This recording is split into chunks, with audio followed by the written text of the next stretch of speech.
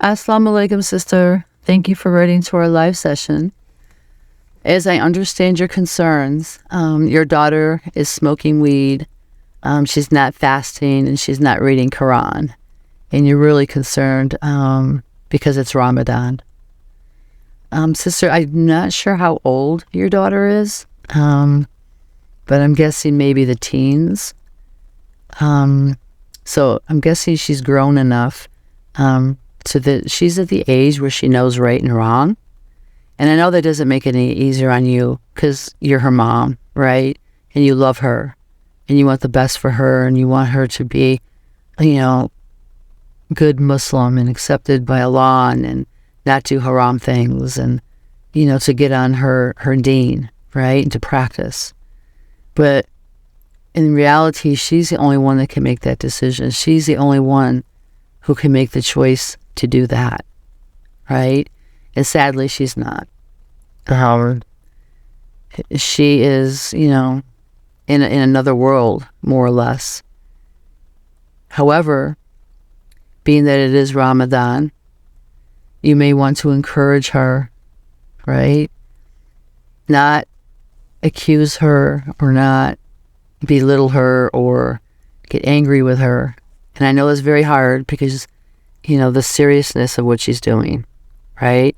And the seriousness of her fate concerning Islam and her relationship with Allah, right?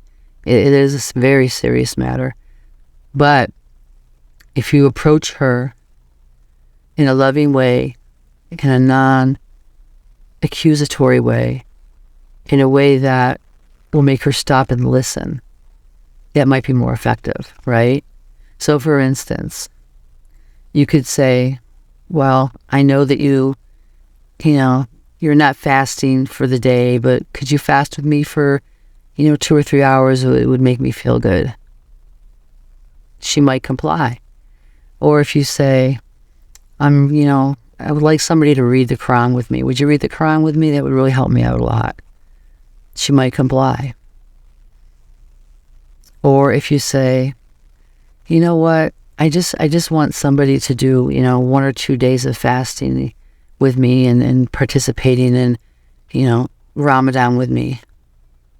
Will you do that? Maybe she'll say yes, right?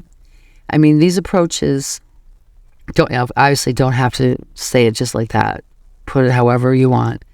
But these approaches may be more conducive and may be more helpful than saying, oh, you're smoking weed, you shouldn't be smoking weed, and you're supposed to be fasting. It's Ramadan, because that puts people on the defense, right? That'll put her on the defense. And you don't want to put her on the defense. You want to put her in a neutral position where she'll maybe stop, pause, think about it. Now, she might not say anything right away, or she might say something. I don't know. But putting it to her like that might make her think and might make her say, okay, what's 1 or 2 hours, right? And that's how you build, right? You build in small little steps. And I know it's very difficult. And as a mom, we want our children to love Allah and to be good Muslims and not do haram things and, to read Quran to gain knowledge and blessings and all of that. We want this for our children. So it's very easy to get, sad and depressed and frustrated and angry when they're not doing it. And again, Ramadan is our holy month. So it's, so important. But if we can just keep sight of the outcome, right? And the outcome is to be able to approach her in a state of mind that she will listen. Be able to communicate to her in a way that she won't become defensive or shut down and not want to listen, right? So you want to approach her in a manner that will capture her attention, right? And you want to approach her in a manner that, she's not going to have to think about, oh, I feel bad or guilty because I'm smoking weed, or I'm not fasting, I'm not reading Quran, I feel really guilty. Because more likely, that's not going to happen, right? Yes, we're supposed to point out tips to each other as Muslims when we're falling short. But sometimes, right, especially with family, especially with our children, that approach always doesn't work, right? So we have to get them to a point in a place where we're like, okay, could you help me with this? Or could you read Quran with me? Or could you fast with me for a couple hours? Or what do you think this means, right? When you're reading Quran, for instance. We have to engage them in a way that they won't feel they need to defend the haram things that they're doing. That can come later, right? We can discuss that later with them when they're open and receptive enough to receive that. But we have to get them in the place where they're open and receptive enough to receive that. So, sister, I kindly suggest that, you start talking to her about helping you, where you start asking her if she could assist you in something, such as, I don't know, cooking iftar, reading Quran and breaking down, a translation, or, just make her feel like she's needed in the process of a spiritual endeavor that you're doing during the day, right?